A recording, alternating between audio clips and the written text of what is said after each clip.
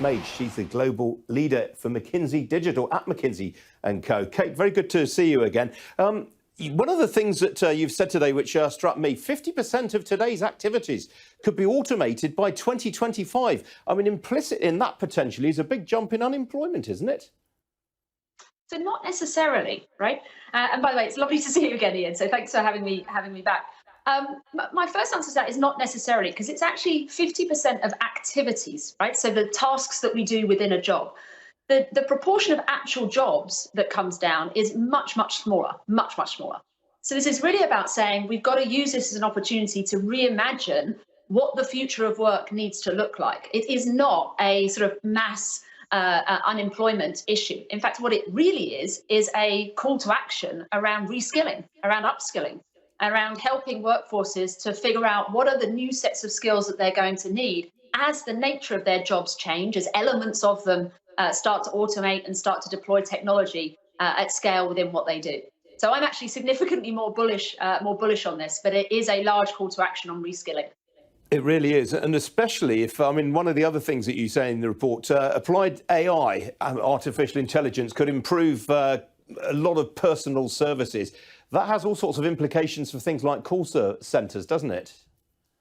Yeah, hugely so. I mean, we're seeing technologies like AI and so on really affect the level of personalisation that you can put into areas like call centres and so on, or indeed how e-commerce works. And so actually, a lot of that will change the nature of how this is done today.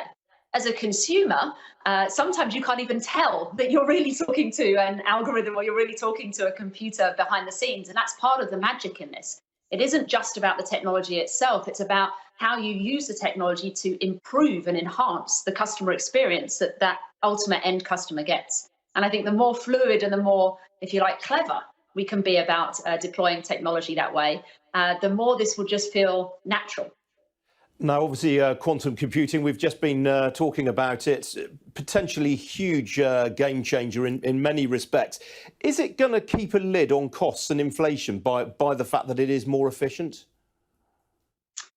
So very hard to say whether it will do that. I mean, we can see, if you look out to kind of 2035 or so, just huge opportunities in terms of the use cases that quantum computing can help, right?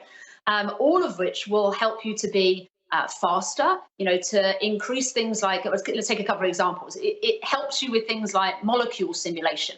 So if you think about what that can do for personalized medicine, what it can do for R&D, if you imagine sort of more virtualized environments for R&D, where really this is about the computers able to do calculations at a much faster rate than any of the supercomputers can today, in order to improve and accelerate the time to market from a drug discovery, for example. I mean, vaccines is the most the sort of most relevant example right now, that from drug discovery through to implementation.